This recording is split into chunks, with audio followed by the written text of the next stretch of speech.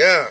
So we now continue with the Ugbori case so that we understand something.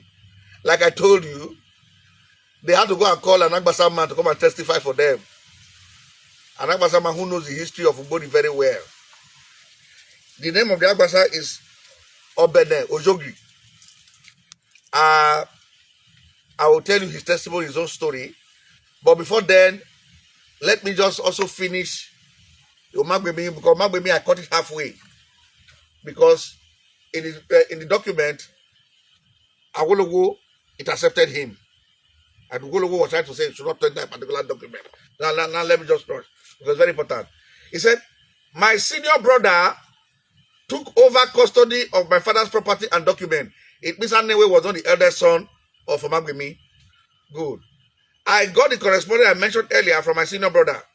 When Ewulofu got onto the land in dispute, his boundary neighbors were Agbassa people and Okere Ishekiris and Urobos. This is very important because we are after the truth. The reason why I'm saying the thing is this. You will see in a future place where a second witness said Ewulofu founded the land around 1850. And they then came now and said when Ewulofu came, their only neighbors were the Agbassa people and the Okere people. This one is also vital for the Ogbijo people. He didn't mention that Ogbijo people were there. Not at all. Because we are trying to look at the truth. Sam AC said Ogbijo people came 1893. You understand? We're trying to investigate. And if their boundary neighbors is Ogbijo and Okere, it means indeed Agbassa land extended down to the Wariji ROA, down to the General Hospital. And we know the distance from General Hospital to Ugbori is like a stone throw. I'm not the person saying this, so it's Omagbemi, the son of an Olotu, a great-grandson of Olu Akengbuwa. He said that when Ewulofu got on the land in dispute, his boundary neighbors were Agbassa people, Okere Ishekiris and Urobos. He met no one on the land in dispute. The boundaries of the land are the land of Ewulofu given to Ekurede people by Ewulofu family. In other words, it's claiming that it was Ewulofu that gave Ekurede land. We hear from Ekurede people. In another case, land of Okorofiagbe now leads to Shell BP. So, you know, when you are going to Ekurede Road on the left, you are going to see Shell Yard. It's not abandoned. It means that it was Okorofiagbe. Okorofiagbe too was also an Olotu at the time too. Head of the Olu family after Denedo. Land of Ugbuangwe people. That means after Okorofiagbe, you now go to Ugbuangwe. Straight. Then John Holt, dock leased by Egbe family of Ugbuangwe. That is the MPA area. And Old John Holt Beach, lived by Chief Ogbe. Doe and Egbe subject matter. Let's forget about this one. The remaining boundaries of Ugbori land is extended to the swamp. Now, I saw people that in this 1966. I discovered the defender authorized them to enter the land. That is the Shekiri Communal Land Trust. So, this one are just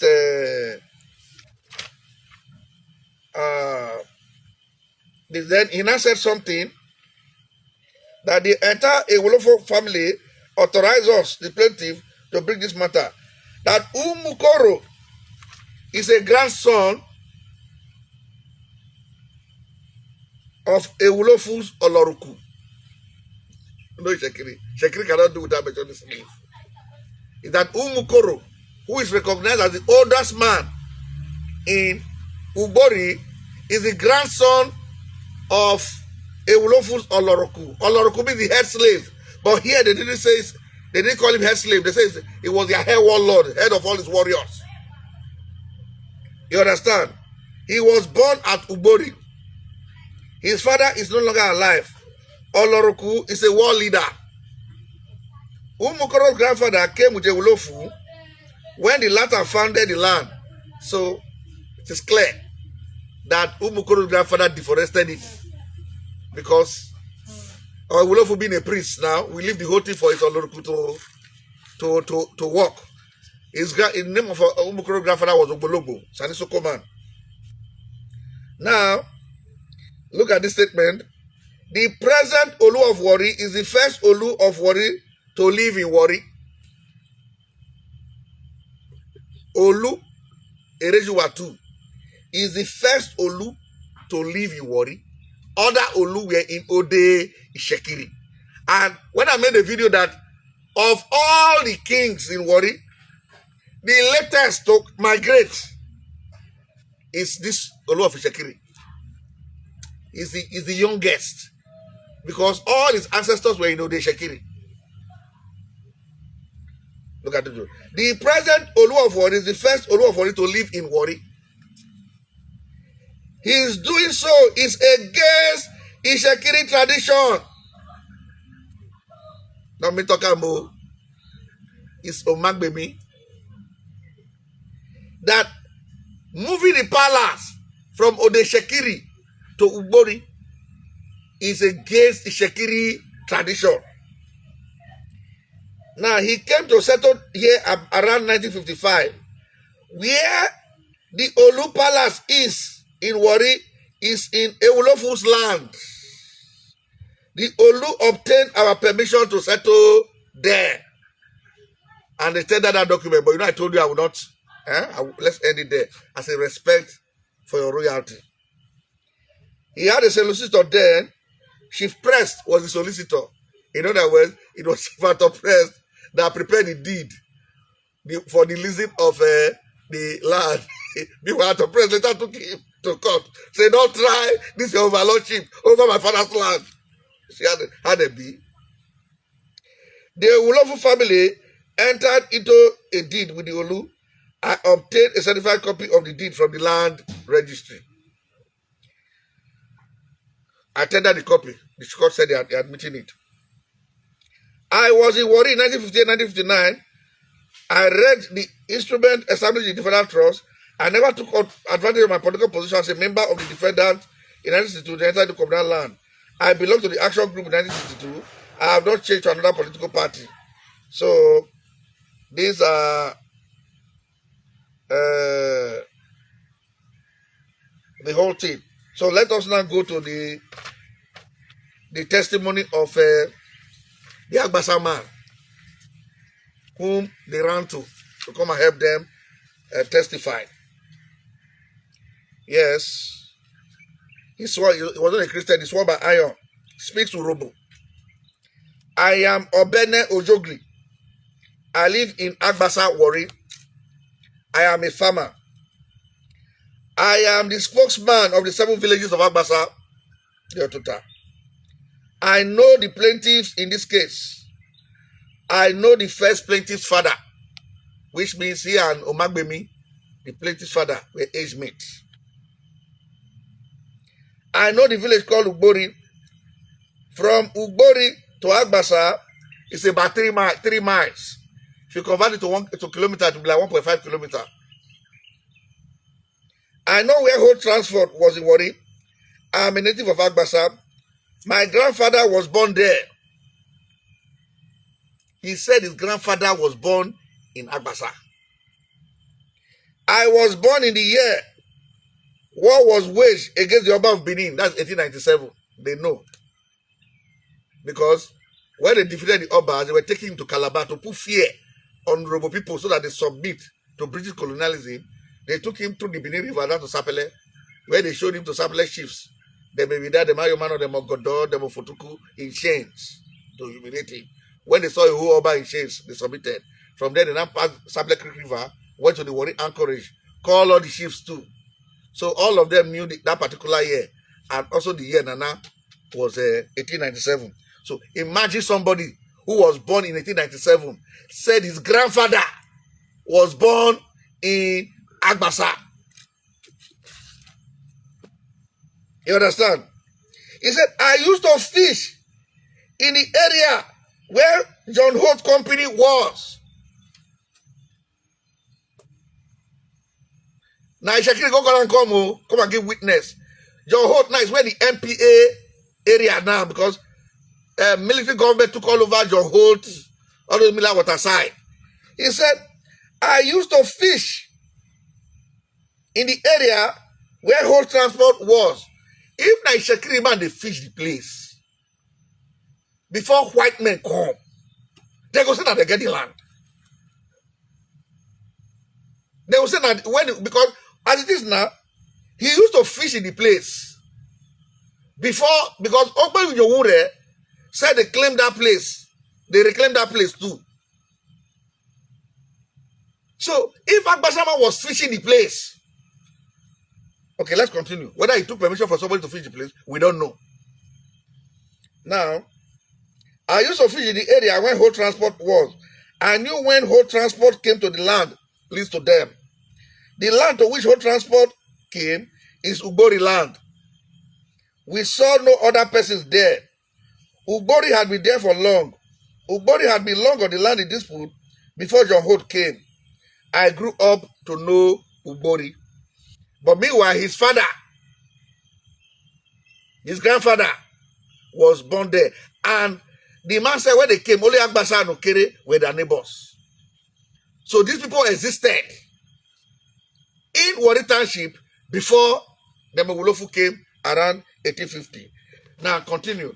He said the place where whole company was is all swamp and fishing channels. There was no house there. I paid nothing to be allowed to fish there. He was saying it in the presence of Ishakiri princes, who you claim had overlordship of all over the places. That they said they used to pay 1/3 to the Olu. He said, and Ishakiri go carry and come, I paid nothing to be allowed to fish there. I did not know of anyone paying to be allowed to fish there.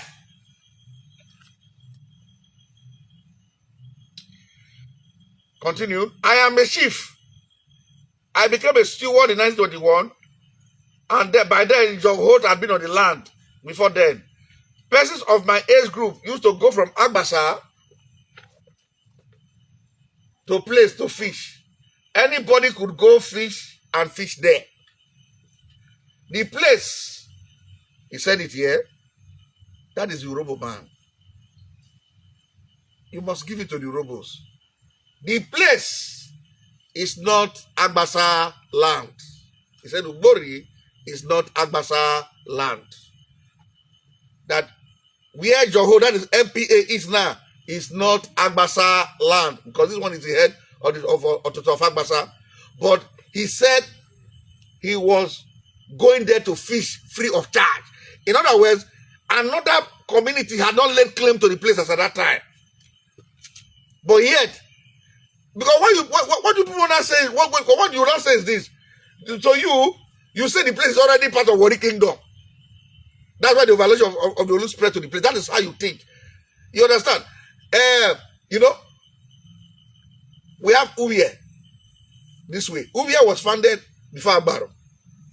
Then you have Ugeli on the other side. Ugeli was founded before Agbaro. By Ishakiri theory, the owner of Agbaro should either be Uwie or Ugeli. There's nothing like vacant land. But Agbaro was founded in the middle of Uwie and Ugeli. You understand how we Urobos are. The fact that the land is vacant down and you were here doesn't mean that you own everything down. That's your theory.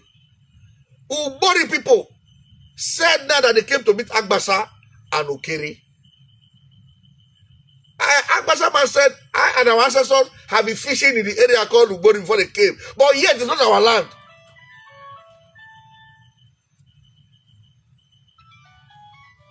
Get it clear. Now,